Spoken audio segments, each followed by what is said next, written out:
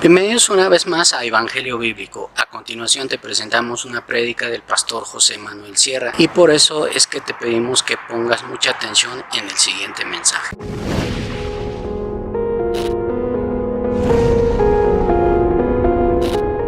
Muy bien, hermanos, pues nada, pues ya dadas las bienvenidas a todos y a cada uno de ustedes, me gustaría que hiciéramos una breve oración un momentito antes del mensaje, porque yo pienso que este es un momento muy importante. Es el momento en el que el Señor va a hablar a tu vida, es el momento en el que Dios va a hablar a tu corazón. Ya hemos cantado, hemos adorado, hemos alabado a Dios, ya le has expresado tu gratitud al Señor a través de las letras de estas alabanzas. Ahora llega el momento en el que guardamos quietud, silencio y calma y oímos la voz de Dios a través de su bendita palabra. ¿Estamos de acuerdo? Señor, te damos muchas gracias por este privilegio tan grande que nos das de estar aquí reunidos, Señor. Gracias, Dios mío, porque cuando abrimos tu palabra, nuestro corazón se conmueve, porque sabemos que es una palabra viva, una palabra eficaz, que siempre toca, siempre redarguye y exhorta al corazón. Te pedimos que en esta tarde estemos atentos y que podamos estar sensibles a la voz de tu palabra, Señor. Que tú traigas a nuestra vida la palabra necesaria y que oigamos todo lo necesario para que nuestra vida pueda ser bendecida y pueda ser fortalecida nuestra fe, para que sigamos adelante en tus caminos, caminando en victoria con tu ayuda y con tu bendición, Señor. En tu bendito nombre lo pedimos todo. Amén y amén. Aleluya. Me encontraba el viernes en el Puerto de la Cruz por la mañana con mi hermano José Gregorio. Estábamos haciendo allí algunas cosas en el Puerto de la Cruz. Había puesto pegado a la pared una mesa de esas de camping, de esas que se abren, ¿sabéis, no? Y cuando la fui a coger, sentí un dolor, un pinchazo aquí tan tremendo en mi mano izquierda. Pensé que me había clavado un clavo. Y cuando miré, tenía una abeja que me había picado, pero me han picado otras abejas en otro momento, pero esa me dolió más que nunca, créanme.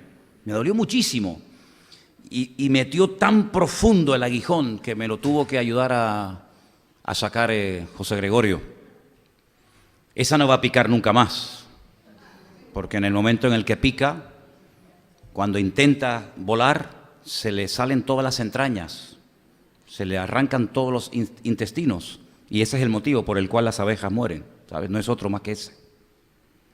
Todavía tengo aquí en esta parte un picor y como algo insensible, ¿no? Como algo que me duele y parece que algo tan pequeño pueda causar momentáneamente tanto dolor, porque es muy molesto. Creo que incluso inyectan algo de veneno, ¿no? Hace unos días en Galicia moría un señor por esta abeja o esta avispa asesina asiática que está invadiendo el norte de España, que ha venido en barcos chinos y que está matando a las ovejas verdaderas, a las que hacen la miel, y esta abeja asiática está haciendo destrozos en el norte de España y creen que en cuestión de pocos años va a invadir toda la península y es algo muy peligroso porque sin abejas no hay vida.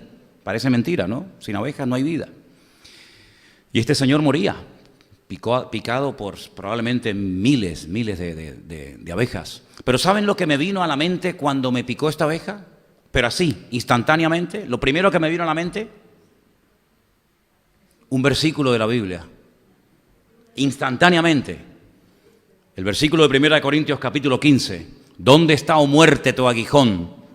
¿Dónde, oh sepulcro, tu victoria? Ese fue el versículo que me vino instantáneamente a mi cabeza. Y a raíz de eso, comencé a buscar en la Biblia la palabra aguijón. Y curiosamente hay un montón de versículos, muchos versículos que hablan acerca de la palabra aguijón. Hay un versículo en el libro de los Hechos donde no aparece en la versión en español, pero en griego sí aparece, y es cuando dice que después de oír la predicación del apóstol Pedro en el día de Pentecostés, dice que se compungieron de corazón. Y le preguntaron a Pedro qué podemos hacer. Y Pedro le respondió aquello de arrepentíos y bautícese cada uno de vosotros para el perdón de vuestros pecados. ¿Acordáis, verdad? Hechos capítulo 2. Ese compungirse, ese sentirse aludidos, zarandeados, habla acerca de que se les clavó como especie de un aguijón en el alma que los sacudió y se dieron cuenta de que habían crucificado nada más y nada menos que al Mesías, al que estaba profetizado en las Sagradas Escrituras por todos los profetas, ¿verdad? Después en el libro de los Hechos, el día que Pablo se convierte al Señor y cae postrado al suelo y pierde la visión, el Señor Jesucristo le habla y una de las cosas que le dice es: dura cosa te es dar coces contra el aguijón. ¿Os acordáis? Y viene a tu por dónde años más tarde en la lectura que hemos leído esta tarde en 2 de Corintios, capítulo 12, Pablo habla acerca de un aguijón en plan metafórico, ¿no? Algo que le impedía estar bien, algo que le mantenía humilde, algo que le mantenía sometido a la voluntad del Señor, un aguijón en la carne. Puede ser que fuera algo de los ojos por contextos de otros versículos que leemos en la carta de Pablo a los Gálatas y otros, ¿verdad? Y hay un versículo muy interesante donde aparece la palabra aguijón y es en Eclesiastés. Sí, el libro de Eclesiastés, el libro de Coelet, el libro del predicador, capítulo 12, versículo 11, un versículo buenísimo donde aparece la palabra aguijón. Ahí lo tenéis. Las palabras de los sabios son como aguijones y como clavos hincados son la de los maestros de las congregaciones dadas por un pastor. Espero esta tarde clavarle muchos aguijones de la palabra del Señor en vuestras vidas. En el Antiguo Testamento el Señor le mandó al pueblo de Israel que cuando entraran en la tierra prometida, las naciones que estaban allí, que habían usurpado aquel territorio que no les correspondía, tenían que salir voluntariamente o tenían que hacerles la guerra y eliminarlos. Y dice: y si no lo hacéis, si no destruís a las naciones que están allí usurpando vuestro territorio, Números capítulo 33 dice: esos enemigos se convertirán en aguijones para cada uno de ustedes. Y así fue. Y así sigue siendo hasta el día de hoy. Israel sigue teniendo naciones que le rodean, que son auténticos aguijones en la estabilidad emocional, espiritual, económica, ¿verdad?, del Estado de Israel. Tenemos en el libro de Ezequiel, el profeta Ezequiel, capítulo 28, un texto muy interesante que nos habla acerca de la famosa ciudad de Sidón, lo que hoy en día sería el Líbano. Pues dice la Biblia que esa ciudad iba a ser destruida y que nunca más volvería a ser un aguijón en la vida, en la estabilidad del pueblo de Israel. Así que podemos ir por todo lo largo y ancho de la Biblia y encontrar muchos versículos que hablan acerca de la palabra aguijón. Ahora, también se llamaba aguijón a una punta metálica que estaba en el extremo de las varas de los ganaderos. Cuando intentaban poner a dos animales juntos para arar el campo o para tirar de una carga, si se rebelaban, si no querían trabajar juntos, si cada una quería ir por un lado diferente y torcer el surco, pues entonces con esa vara que tenía en la punta, esa punta metálica, esa vara de madera que tenía esa punta metálica que la llamaban el aguijón, le golpeaban para obligarle al animal a no irse de la senda y ir por el camino correcto. También les dije en una ocasión que en Israel hay un lobo que es muy parecido por encima a la piel de la oveja. Y el lobo, que es un animal tremendamente astuto, agacha la cabeza y se introduce encubiertamente en el redil de las ovejas. Y el pastor, cuando iba contando a las ovejas, iban entrando una detrás de otra, él les iba dando con esa punta, con ese aguijón en el lomo a las ovejas, y las ovejas no se rebelan. Las ovejas son un animal humilde, sencillo, pero en cuanto le daba con esa punta, en cuanto le daba en el lomo, al lobo automáticamente reaccionaba, porque su naturaleza es la de lobo y no acepta que nadie le pinche, que nadie le moleste, ¿verdad? Y así se podía saber si este era lobo o este era oveja. Interesante, ¿no? Dice Pablo: pínchalos primero, pínchalos a los que dicen que quieren servir al Señor, pruébalos primero. Y si aprueban el examen, entonces serán aprobados para ser obreros, de lo cual no tengan nada de qué avergonzarse. Pero realmente el aguijón es algo muy pequeño. El aguijón es algo que en comparación con el dolor que causa, es muy pequeño. Y yo he titulado el mensaje de esta tarde: cuidado con las pequeñas cosas. Díselo que está a tu lado, díselo así. Cuidado con las pequeñas cosas. Los seres humanos le damos mucha importancia a lo grande, ¿no?, a lo llamativo. Sin embargo, la Biblia le da mucha importancia a las cosas pequeñas. Encontramos un versículo muy interesante que todos ustedes conocen en una de las cartas que Pablo escribió, que dice, un poquito de levadura es capaz de leudar toda la masa. ¿Qué les parece, verdad? Encontramos en la Biblia que a veces cosas pequeñas pueden hacer grandes cosas. Por ejemplo, pequeñas o pocas palabras produjeron milagros espectaculares. Señor, sálvame. 2 palabras. Y bastaron simplemente 2 palabras para que el Señor asiera de Pedro y lo salvara de una muerte segura en las aguas del mar de Kineret o del mar de Genesaret, en la región de Galilea. Acuérdate de mí cuando vengas en tu reino. ¿Verdad? Una oración muy cortita, una petición muy corta, pero muy eficaz, muy al grano. Y el Señor le contestó diciéndole, hoy mismo estarás conmigo en el paraíso, ¿verdad? A veces una palabra del Señor servía para llamar a un hombre al ministerio. Hay personas que llevan años escuchando la palabra de Dios y ni se mueven, ni se inmutan. Sin embargo, el Señor una vez le dijo a uno, sígueme. Y levantándose, dejándolo todo, le siguió, dice la Biblia. Hablamos de Leví, o hablamos de Mateo, el que después escribiría el Evangelio.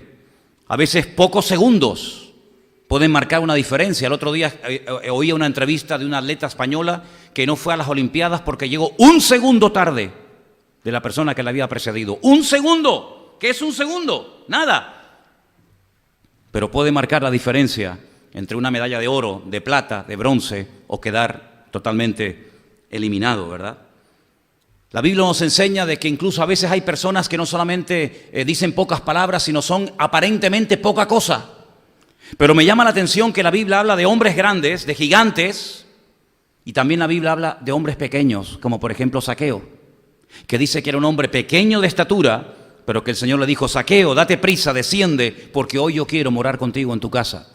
Y dice que le recibió gozoso, y en medio de la comida se levanta y dice, Señor, si en algo he defraudado a alguno, se lo devolveré cuadruplicado, como decía la ley. Y la mitad de mis bienes a partir de hoy se la voy a dar a los pobres. Un pequeño hombre, pero que hizo grandes cambios en su vida. ¿Cuántos dicen amén? Cuidado con hacer tropezar a los pequeños, porque dice la Biblia que si alguno hace tropezar a uno de estos pequeñitos, mejor le hubiera sido atarse una piedra de molino al cuello y lanzarse a la mar que haberlo hecho tropezar. Cuando el Señor destruye las ciudades de Sodoma y Gomorra, donde vivía el sobrino de Abraham llamado Lot, dice la Biblia que él salió huyendo y los ángeles le dijeron, huye al monte porque hasta que no llegues a lo alto de la montaña no podremos hacer nada. Y él le dijo, no me va a dar tiempo de llegar a la montaña, permíteme ir a esa pequeña ciudad. Y me llama la atención que la Biblia habla de grandes ciudades y también la Biblia habla de pequeñas ciudades. Me gustaría pedirles a todos ustedes, si puede ser que esta noche leyeran el capítulo 44 del libro del Génesis. El libro de Génesis, el capítulo 44, nos habla de 2 hermanos, o mejor dicho, más bien de un hermano llamado Judá, cuyo nombre significa alabanza, de la cual vendría el Mesías, el cetro de David, de león de la tribu de Judá. La Biblia nos enseña que cuando los hermanos de José están en Egipto y José les obliga a bajar con su hermano pequeño, el Benjamín, el único hijo que le quedaba aparentemente con vida de su querida y amada esposa Raquel, porque pensaba que José había muerto, despedazado por las fieras. Judá intercede de una forma increíble por su hermano pequeño y dice, tómame a mí, pero no hagas que mi padre pierda o corra el riesgo de perder a su pequeño hijo, a nuestro pequeño hermano, porque sería la puntilla y sería la peor noticia que nuestro padre podría recibir en la vida. Intercediendo el grande y preocupándose el mayor por el menor. ¿Cuántos dicen amén? Cuando el Señor ordenó la celebración de la fiesta de Pesaj, la fiesta de la Pascua, ordenó que cada familia comprara y consumiera un cordero. Pero fíjate cómo el Señor sabía que en Israel no solamente había familias numerosas y familias muy grandes con muchos hijos, sino que también había familias muy pequeñas que tal vez no tenían la capacidad, el poder adquisitivo de poder comprar un cordero, y además eran pocos. Entonces les decía a las familias pequeñas que se unieran con otras familias, que se unieran a sus vecinos y pudieran de esa manera celebrar la fiesta de la Pascua. Qué bonito cómo el Señor se preocupa de las familias pequeñas y también de las familias grandes. Amén, hermanos. Cuando Moisés tuvo que organizar y delegar responsabilidad en el pueblo de Israel para poder administrar a tantos millones de personas que vivieron durante más de 40 años en el desierto, dice que levantó jueces, levantó personas para que se encargaran de solucionar los problemas pequeños entre el pueblo, y los problemas grandes y de difícil solución recurrieran a Moisés como el pastor de la congregación. Fíjate cómo en el pueblo de Israel no solamente se daba importancia a los problemas grandes, sino también se le daba importancia a las pequeñas discusiones, a las pequeñas discrepancias, a los pequeños problemas que podían traer división al pueblo. ¿Os acordáis cuando Pablo desde la cárcel, desde una mazmorra en Roma, escribe una carta llamada la Carta a los Filipenses y les dice a aquellas hermanas llamadas Evodia y Síntique, que aparentemente eran dos nada más, no había tantos problemas en la congregación, pero Pablo interviene y le dice: os ruego, hermanas Evodia y Síntique, que os unáis, que seáis de un mismo sentir, porque los pequeños problemas pueden traer grandes desgracias si no se solucionan. Amén, hermanos. Cuando se distribuyó la tierra prometida, Números capítulo 26, dice la Biblia que había tribus que eran muy grandes. Por ejemplo, la tribu más grande de las 12 era la tribu de Manasés, que recibió heredad a este lado del Jordán y al otro lado del Jordán, porque era una tribu que se había extendido, había crecido mucho. Y entonces la tierra tenía que ser repartida en mayor medida a los que eran más. Pero había tribus que eran muy pequeñas. Y dice la Biblia que también a las tribus pequeñas, por suertes, había que repartirles la tierra correspondiente. Qué bonito, ¿verdad? Como el Señor es un Dios bueno, es un Dios justo, que bendice a todos, a los que tienen muchos recursos, a los que tienen menos recursos. Y cuando años más tarde estas tribus ya están afincadas, ¿verdad?, en el país, y comienzan a proporcionarle al futuro rey de Israel, al rey David, una serie de ayudas, dice que la tribu de Isaacar, que en aquel momento no pudo aportar mucho, simplemente aportó a 200 hombres. Las otras aportaron miles y miles de hombres. La tribu de Isaacar solamente aportó 200 hombres, pero 200 hombres, hermanos, dice que eran entendidos en los tiempos. No eran guerreros, no eran personas tal vez con una puntería tremenda con el arco, con la jabalina, pero eran personas que entendían y sabían discernir los tiempos y sabían cuándo había que atacar y cuándo había que estar quietos y cuándo había que ir por el norte y cuándo había que atacar por el valle. Pequeños, pero bien unidos entre sí. Me llama mucho la atención que en Deuteronomio capítulo 1, una de las instrucciones que Moisés intenta interiorizar en la vida de los jueces del pueblo de Israel es que mucho cuidado con no ser imparciales a la hora de ayudar, a la hora de impartir justicia. Tienen que tratar por igual a los pequeños y a los grandes. No se dejen sobornar, no se dejen comprar, no estén a favor de unos porque tienen mucho poder y en contra de otros porque son minoría, sino que dice: traten a todos con justicia, tanto a los pequeños como a los grandes. Cuidado con las pequeñas cosas no solucionadas. Me llama mucho la atención que hay un personaje en la Biblia, que la Biblia habla mucho de él, es un personaje muy importante en la historia de Israel, nada más y nada menos que el profeta Samuel. Con él podríamos decir en cierto sentido que nació el ministerio profético, porque estamos saliendo de la época de los jueces, pero con Samuel, el último juez, entra una etapa nueva en la que a través de los profetas el Señor va a traer ministración y palabra e instrucción específica y concreta al pueblo, a los reyes, a las personas. Y dice que cuando es llevado no al templo, porque no existía, sino al lugar donde vivía en aquel tiempo el sacerdote Elí y donde estaba el arca de la alianza, dice que era muy pequeño de edad, pero no importa que fuera pequeño de edad, porque como compartí brevemente con ustedes el jueves, a pesar de que era muy niño, pequeño, la Escritura dice que el Señor se le revelaba y le hablaba con voz audible y le daba mensaje nada más y nada menos que para el sacerdote Elí y para sus hijos, Ofni y Fines, que lamentablemente en aquel tiempo estaban causando un testimonio pésimo en el pueblo de Dios. Saúl, cuando es nombrado rey, me llama mucho la atención algo que dice. Dice: yo soy de la tribu más pequeña de Israel. Y sabemos que era de la tribu de Benjamín. Dice, y no solamente soy de la tribu más pequeña de Israel, sino que además soy de una de las familias más pequeñas de la tribu de Benjamín. Y eso no fue un obstáculo, eso no fue un impedimento para que el Señor se manifestara a su vida y le diera el privilegio de ser nada más y nada menos que el primer rey de Israel. Y hermanos, ¿quién nos acuerda de Sama? ¿Os acordáis aquella serie que di hace tiempo llamada o titulada Personajes poco conocidos de la Biblia? ¿Os acordáis? No digáis que sí si no os acordáis, ¿eh? Cuando hablé de Sama, uno de los valientes de David, ¿qué hizo Sama? ¿Cuál fue la proeza por la cual pasó a la historia? ¿Cuál es su currículum? Dice la Biblia que se paró cuando todos huyeron, cuando vio venir al enemigo. Él se quedó quieto en aquel pequeño terreno de lentejas y se jugó la vida por un pequeño terreno de lentejas. Pero él sabía que ni un trozo pequeño hay que dárselo al enemigo, sino hay que pelear la buena batalla y que el enemigo no gane ni lo pequeño ni lo grande. Porque si en lo pequeño el enemigo nos vence, seguramente en lo grande también lo hará el día de mañana. Y Sama pasó a la historia por jugarse la vida, por pelear por defender un pequeño terreno lleno de lentejas. Primera de Samuel, capítulo 23. Proverbios, capítulo 30. Quiero que leamos ese versículo. Salomón, que era un hombre muy observador, disertó sobre muchas cosas. Y una de las cosas que le llamó la atención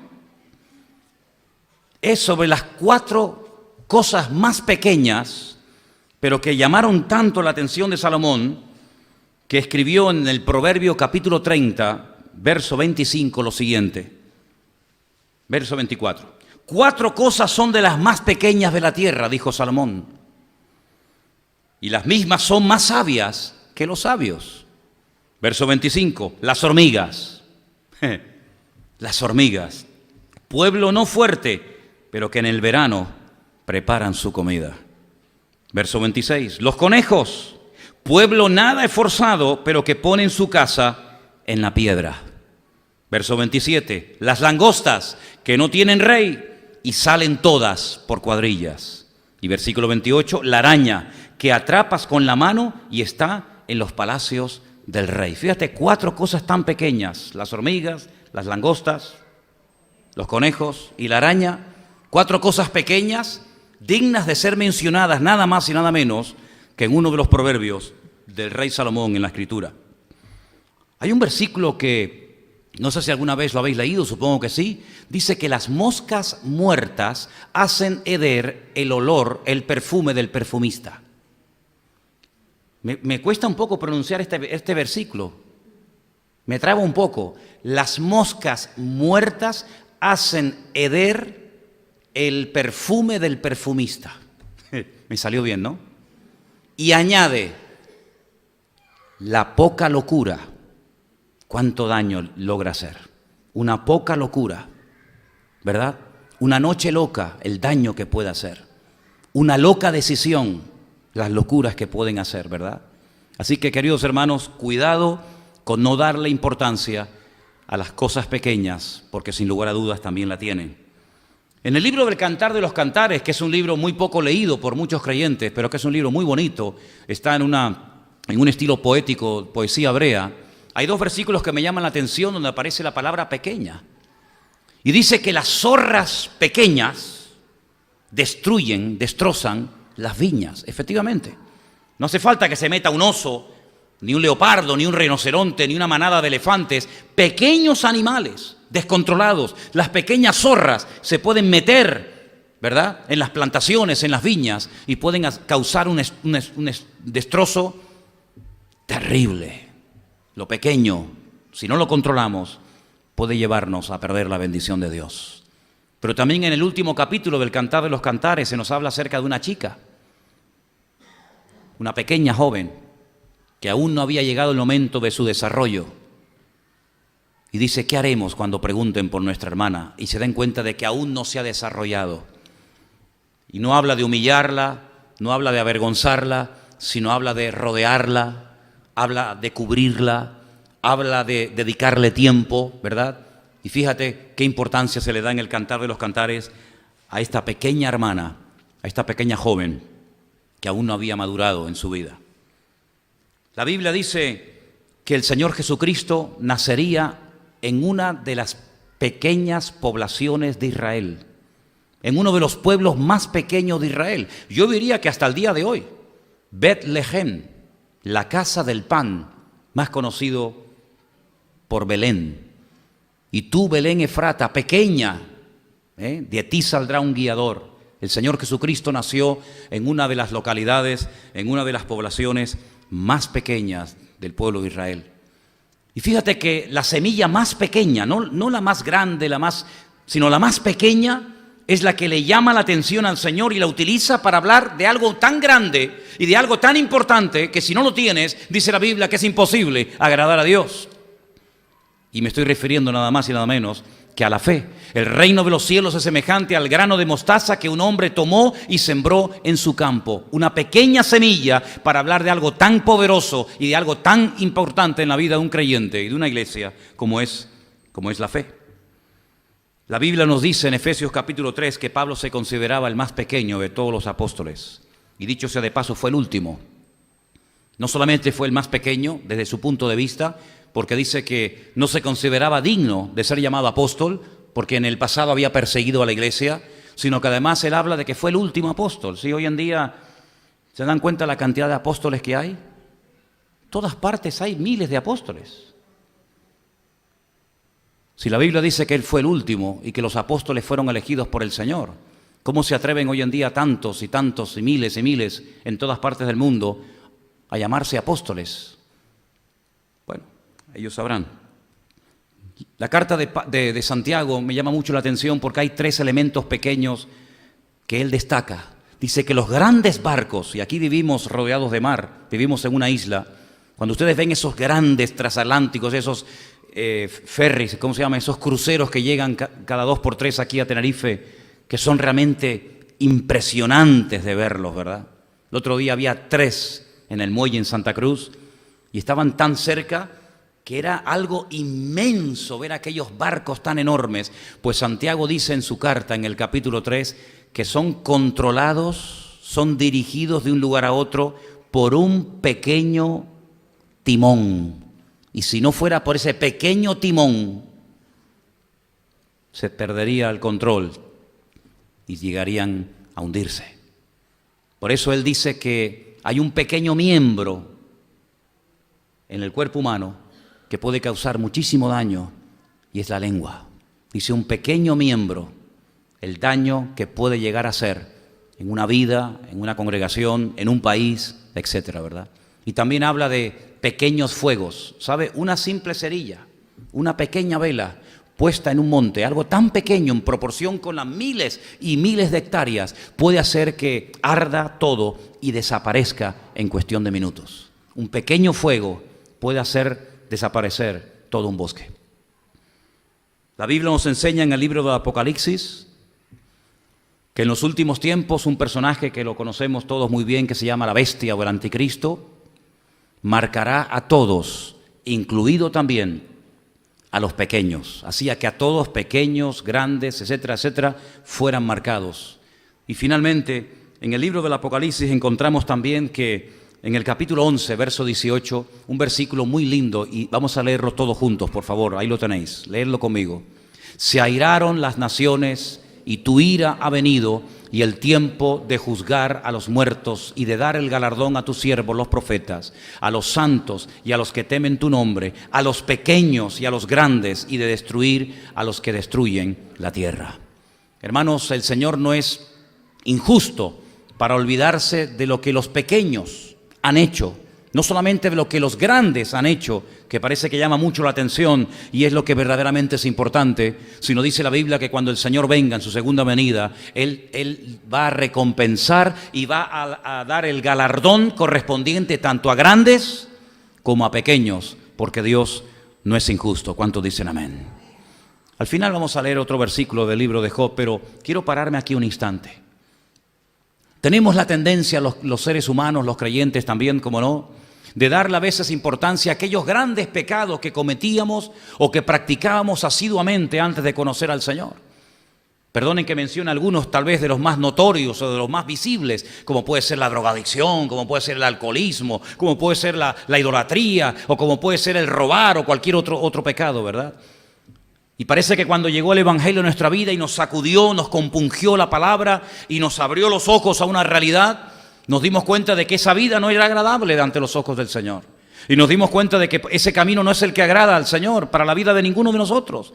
Y entonces pedimos que el Señor nos perdonara, pedimos que entrara a nuestros corazones, nos dio su capacidad, nos dio su presencia, nos dio su poder, nos dio su autoridad, y hemos podido con su ayuda, gracias a Dios, poder dejar a un lado pecados tremendos que nos dominaron durante años antes de conocer al Señor, ¿sí o no?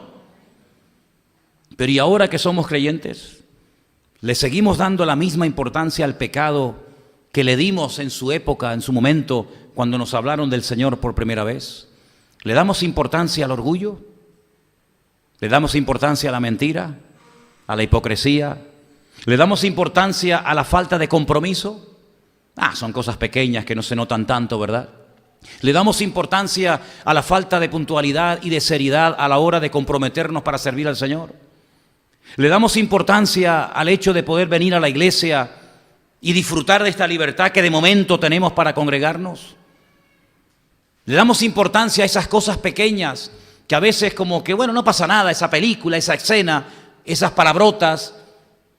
Queridos hermanos, yo les he dado una pequeña lista, hay mucho más, pero yo les he dado una pequeña lista, una pequeña exposición de cosas pequeñas que en la Biblia se mencionan para que ustedes tengan presente de que el Señor le da mucha importancia no solamente a lo grande, a lo notorio, a lo visible, sino también a las cosas pequeñas que aparentemente pasan desapercibidas, pero desapercibidas tal vez ante los ojos de los hombres, pero jamás ante los ojos de Dios.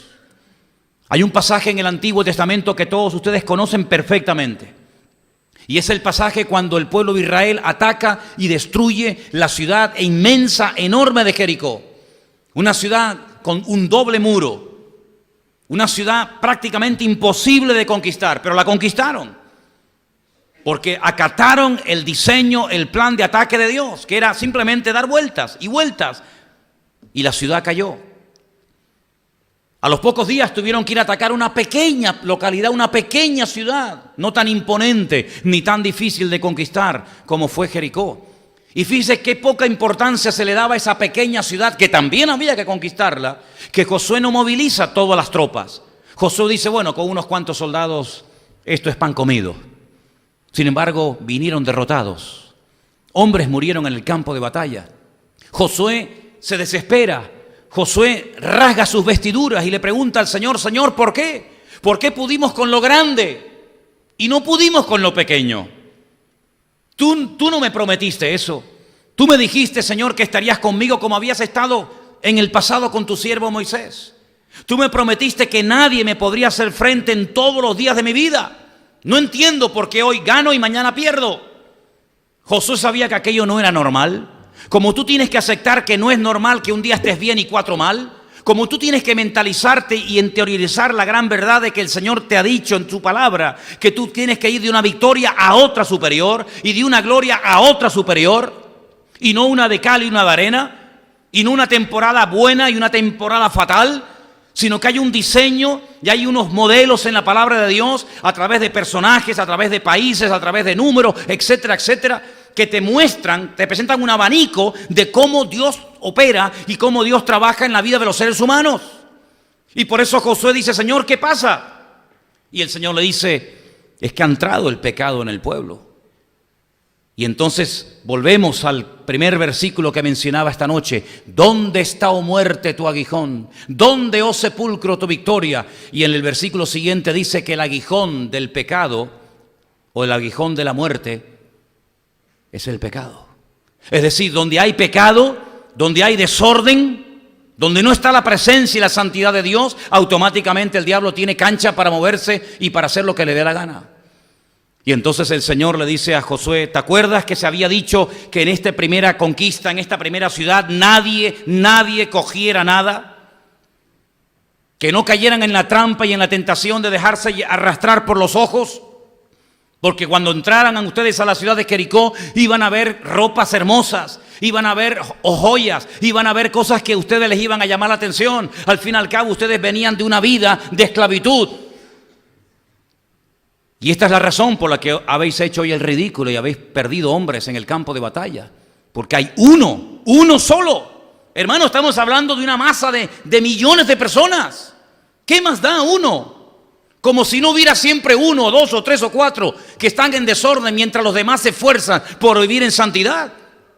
¿Qué tiene que ver que haya uno que haya pecado y que haya desobedecido para que el resto del pueblo sufra las consecuencias? Bueno, pues esos son nuestros conceptos, pero la Biblia dice que nuestros pensamientos no son los pensamientos de Dios. Dios le da importancia a uno y le da importancia a 1000 y le da importancia a 20,000, exactamente igual. Y el Señor le muestra a Josué que hay un hombre llamado Acán, que cuando entró a conquistar la ciudad de Jericó, robó cosas del enemigo y las ocultó en su casa, las ocultó en su tienda de campaña. Y sus hijos lo vieron, y su mujer lo vio, y consintió. Y aprobó aquello. Y el Señor le dijo: y hasta que este problema no se solucione, no vas a levantar cabeza y el pueblo no va a avanzar en victoria.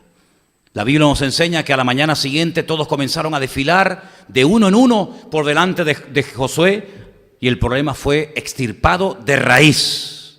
No se pactó, no se llegó a un acuerdo, sino que se extirpó de raíz el problema, y a los pocos días volvieron a conquistar Jai y la conquistaron como tenía que ser desde el principio. ¿Te das cuenta cómo en la Biblia se le da importancia a lo grande y también se le da importancia a lo pequeño? ¿Te das cuenta cómo con el fuego no se puede jugar aunque sea pequeño? ¿Te das cuenta que no se puede consumir pequeñas dosis de veneno? No pasa nada, al fin y al cabo no me he tomado la botella entera, me estoy tomando muy poca cantidad, no importa la cantidad. Hay cosas que no se pueden tocar. Hay cosas que no se pueden ver, hay cosas a las cuales no te puedes abrir, ni poco, ni mucho, ni demasiado. No se puede, simplemente.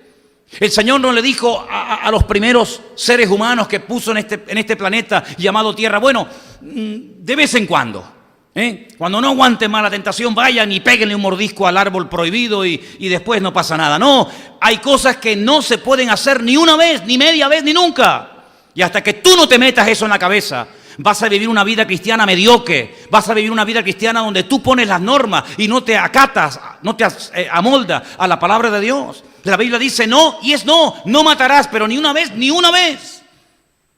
No adulterarás, pero no adulterarás, dice la Biblia. Y no cometerás adulterio y no tomarás el nombre de Dios en vano. Hay imperativos en la Biblia con los cuales no se puede negociar. No se puede forzar a Dios a que te dé libertad en lo que Él dice no. Y no dice no porque es un dictador que te quiere amargar tu existencia, sino es todo lo contrario. Como precisamente te ama tanto y no quiere que sufras, ni tú, ni tu familia, ni tus hijos, ni tu esposa, ni tu marido. Por eso Él muchas veces dice no. Porque tal vez tú no puedes entender la repercusión, la gravedad de abrirte a esa pequeña cosa a la cual tú no le das importancia. Pero el Señor le da una importancia tremenda. Mira, le da tanta importancia al pecado, hermano. Fíjate lo que te digo esto, Dios le da tanta importancia a este tema del pecado que a su propio hijo no lo perdonó. Fíjate lo que te digo, Ni a su propio hijo lo perdonó, por más que fuera su hijo. Sino que su hijo decidió libre y voluntariamente cuando oró en el huerto de Getsemaní: no se haga mi voluntad, sino la tuya. Es decir, alguien tiene que morir por la raza humana, porque no hay salvación, no hay esperanza para la raza humana, no hay nada que Dios que haya revelado al hombre, a través de lo cual el hombre, haciendo eso, se puede salvar. Ni siquiera la ley, fíjate lo que te digo. Porque dicho sea de paso, la ley no la puede cumplir nadie. Hay algunos que son tan soberbios, por no decir tan torpes, que creen que pueden cumplir la ley. Y la ley, te recuerdo, Salmo 19, es perfecta. Y la Biblia dice que nadie es perfecto, sino solamente uno, y ese es nuestro Dios. Y no hay justo ni aún uno, ni el siquiera el que la recibió, ni siquiera el que la sabía de memoria, y fue el primer ser humano que hizo copias y copias y copias, y la intentó durante años y años enseñar al pueblo. Ni siquiera ese el más cerca de Dios, el que hablaba con Dios cara a cara, el que tenía que ponerse un velo sobre el rostro de tanta gloria que llevaba encima, ni siquiera ese pudo entrar en la tierra prometida porque pecó, y la paga del pecado es la muerte, y tuvo que morir antes de entrar en la tierra prometida. Ahora, si te crees superior a Moisés, a David, a Salomón, a Josué y a los profetas, intenta, pero la ley nadie la puede cumplir, absolutamente nadie, y menos en estos tiempos, en los que no se dan las condiciones mínimas para que más de 400 mandamientos de la ley se puedan cumplir. Aunque quieras, no puedes, porque para poder cumplirlos tiene que haber una serie de condiciones que hace 2000 años no se dan. Por lo tanto, no pierdas el tiempo. La pregunta entonces es, ¿para qué Dios, para qué el Señor dio una ley que Él sabía perfectamente que el hombre no puede cumplir? Interesante pregunta, ¿verdad? Obvia. Pues precisamente para que te des cuenta de que tú no la puedes cumplir. Así de claro.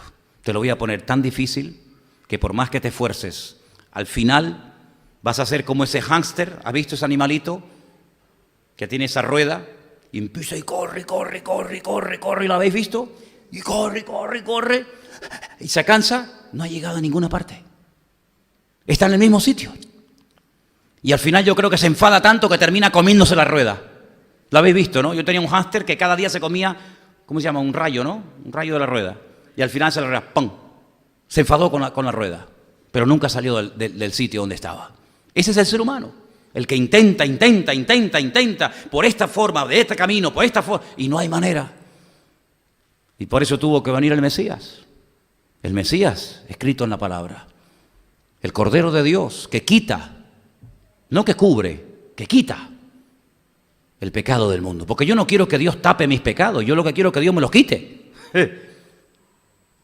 Y el único que los puede quitar es el Señor. Y por eso cuando Él vino y decide cargar el pecado de toda la humanidad, porque yo pregunto una cosa, si la paga del pecado es la muerte, ¿por qué David cuando pecó con la vecina no murió instantáneamente? ¿Por qué Abraham cuando mintió y dijo, no, dile que eres mi hermana, que no eres mi mujer, ¿por qué no murió si la paga del pecado es la muerte? ¿Por qué Adán y Eva cuando pecaron en ese momento no cayeron fulminados, muertos, si la paga del pecado es la muerte?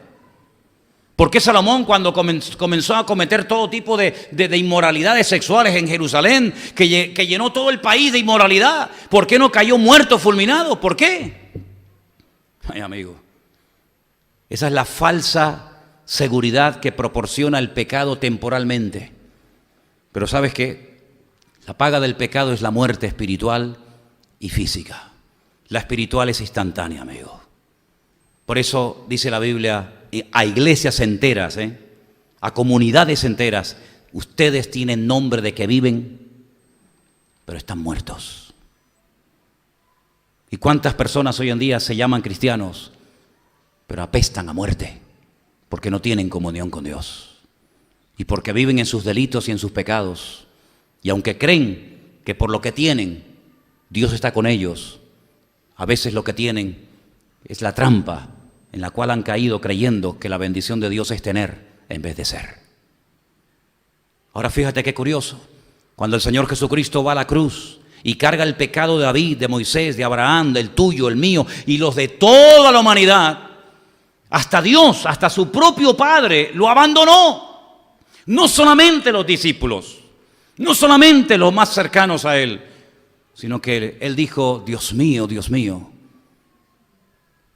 ¿por qué me has desamparado? Porque Dios se toma muy en serio el pecado, hermanos, es simplemente por eso. Bueno, como es mi hijo, no pasa nada. Lo pequeño, si no lo superas, te puede llevar a lo grande. Es más, muchos de los que hoy en día están enredados en el pecado hasta arriba, empezaron por algo aparentemente muy insignificante, que no tenía importancia, pero se fueron enredando y enredando y enredando cada vez más, hasta que mira cómo están. Quiero leer con ustedes Job capítulo 8, versículo 7. Creo que es uno de los versículos más bonitos de toda la Biblia. El libro de Job es una maravilla. Es un libro lleno de frases, de versos, de versículos extraordinarios. Incluso sabéis que tenemos canciones que están basadas en el libro de Job. Pero Job capítulo 8, versículo 7 dice así: Aunque tu principio haya sido pequeño, tu postrer estado será muy grande. ¿Cuántos dicen amén?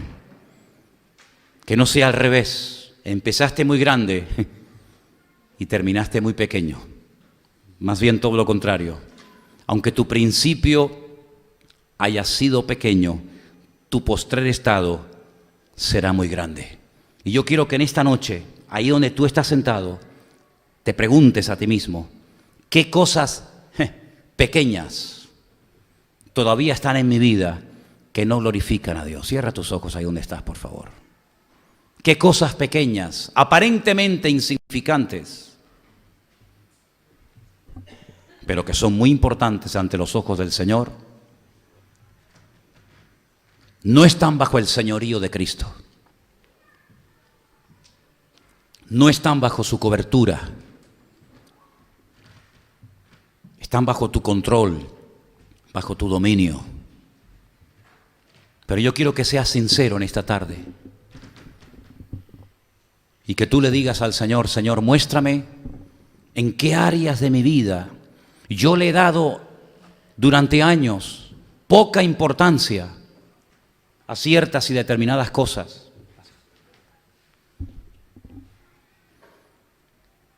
Que han terminado robándome paz, bendición y presencia tuya en mi vida, Señor. Ilumínanos, Espíritu de Dios. Ilumínanos, Señor, a la luz de tu palabra, Señor Jesús. ¿Con qué limpiará al joven su camino?, dice el Señor en su palabra. Con guardar tu palabra.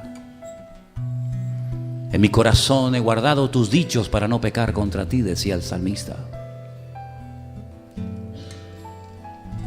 Un poco de levadura leuda toda la masa. Y la Biblia nos advierte a tener cuidado con la levadura, que es sinónimo de pecado. Dile al Señor: arranca de mi vida en esta tarde, Jesús. Arranca de mi vida, Señor, lo pequeño. Arranca de mi vida aquellas cosas que digo, bueno, son, como dicen algunos, pecados veniales. ¿Dónde estará esa palabra en la Biblia? El pecado no tiene tamaños. El pecado no tiene colores. No es ni blanco ni negro. No es ni grande ni pequeño. El pecado es pecado y punto. El veneno es veneno, sea en grandes cantidades o en pequeñas dosis, es veneno. El odio, la envidia, los celos,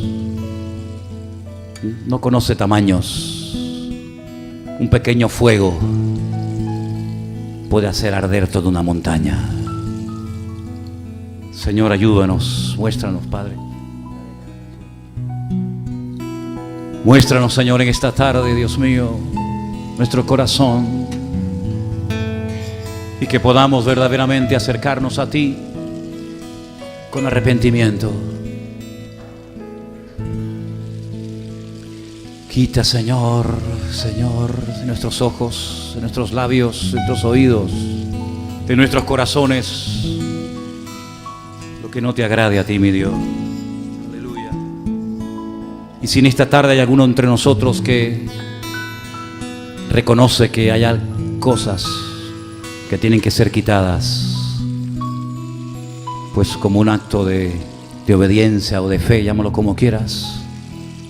Si quieres que oremos por ti, te invito a que te pongas de pie y estaremos orando a nuestro Dios.